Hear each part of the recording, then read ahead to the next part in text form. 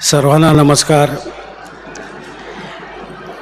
अखिल भारतीय मराठी नाट्य परिषदेच्या 100व्या नाट्य संमेलनामध्ये सगळ्यांना माझा मनापासून नमस्कार। रंगमंचावर जे सगळे ज्येष्ठ माझे मित्रमंडळी बसलेली आहेत, ज्येष्ठ मंत्रिमंडळ बसलेलं आहे। मंत्रिमंडळ म्हणजे 365 दिवसातले 24x7 तास अभिनय करणारे आमचे ज्येष्ठ आणि श्रेष्ठ। आम्ही फक्त 3 तासच करत होते, 24 तास करत असतात। किती अवघड आहे, खूपच अवघड आहे। आणि हे अचानक अध्यक्षपद मिळाल्यामुळे मला अचानक मुख्यमंत्री झाल्यासारखं वाटतंय।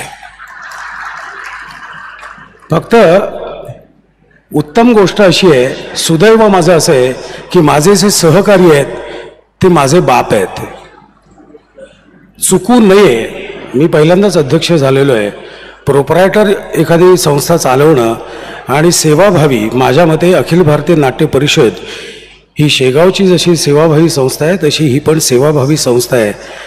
तर सेवाभावी संस्था कशी चालवायची किंवा कशी चालवायची नाही याचं संपूर्ण ज्ञान असणारी मंडळी माझ्या आजूबाजूला आहेत, त्यामुळे आम्ही चुकणार नाही कुठल्याही परिस्थितीत, याची मला मग खात्री आहे।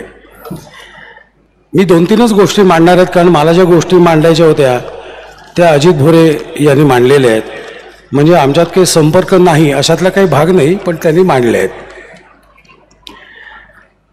तंजावरपासून आपली ही मुहूर्तमेढ सुरू झाली, तंजावरपासून आपला हा प्रवास सुरू झाला। सांगलीला मुहूर्तमेढ झाली, काल विभागीय संमेलनाचा शुभारंभ झाला, आज 100व्या नाट्य संमेलनाचा आपण शुभारंभ करत आहोत। कलाकारांसाठी मला असं वाटतं, नाट्य संमेलन ही कलाकारांसाठी दिवाळी आहे। वर्षातून 4 दिवस जी दिवाळी येते ती वेगळी, आम्हा कलाकारांसाठी नाट्य संमेलन ही दिवाळी आहे। प्रत्येक कलाकार कुठे ना कुठेतरी काम करत असतो, नाटक, सिरियल, OTT, पण हे 2 दिवस एकमेकांना जाणून घ्यायला, एकमेकांची मतं जाणून घेण्यासाठी अतिशय महत्त्वाचे असतात। निदान भेटणं हेही तेवढंच महत्त्वाचं आहे। त्यामुळे मला वाटतं हे नाट्य संमेलन आमच्यासाठी एक विचार निर्माण करण्यासाठी असलेली एक योग्य जागा आहे। आता ह्याच्यानंतर आमचं हे नाट्य संमेलन किंवा हे 100वं असल्यामुळे एकूण 22 ठिकाणी आपण नाट्य जागर घेतोय। आणि नाट्य जागरमध्ये विविध पटकन सांगायची वाटते, वेळ कमी आहे। आपल्या कोरोना काळात आम्ही CM साहेबांकडे गेलो होतो आणि त्यांना म्हटलं होतं की गडकरी रंगायतन, वाशी नाट्यगृह, कल्याण अशा 3 या शहरातली जी नाट्यगृहाची त्यांची भाडी आहेत ती आम्हाला जरा कमी करून द्या।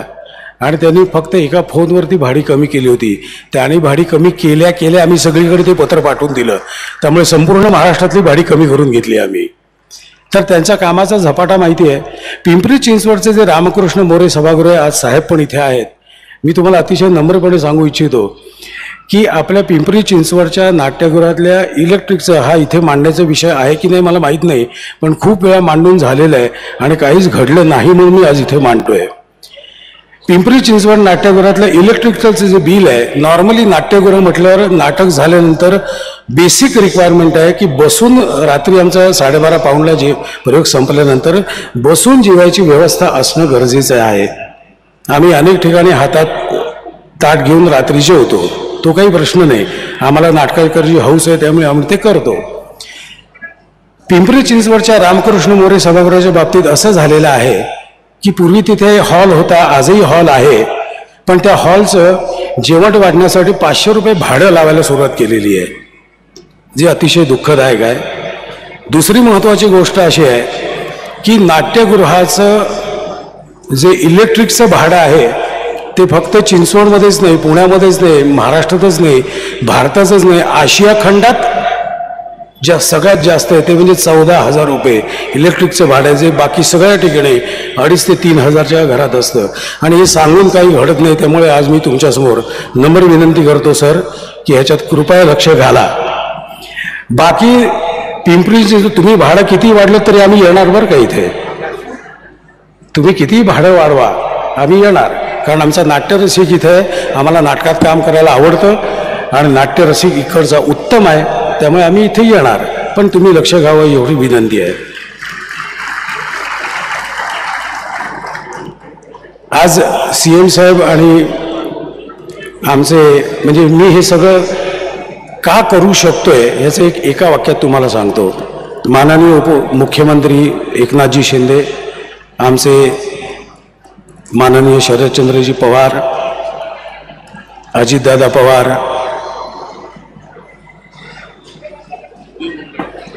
आमचे सांस्कृतिक मंत्री उदय मुनगंटीवार, फडणवीस साहेब, हे 5 जण आहेत ना, हे 5 जण आमच्या मागे अतिशय भक्कमपणे उभे आहेत.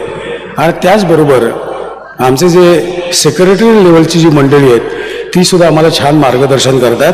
त्यामुळे मला अतिशय खात्री आहे की पुढच्या 5 वर्षात फक्त नाट्य परिषदच नाही तर नाट्य परिषदेच्या 59-60 शाखा आहेत त्या पण सक्षमपणे काम करू शकतील याची मला खात्री आहे.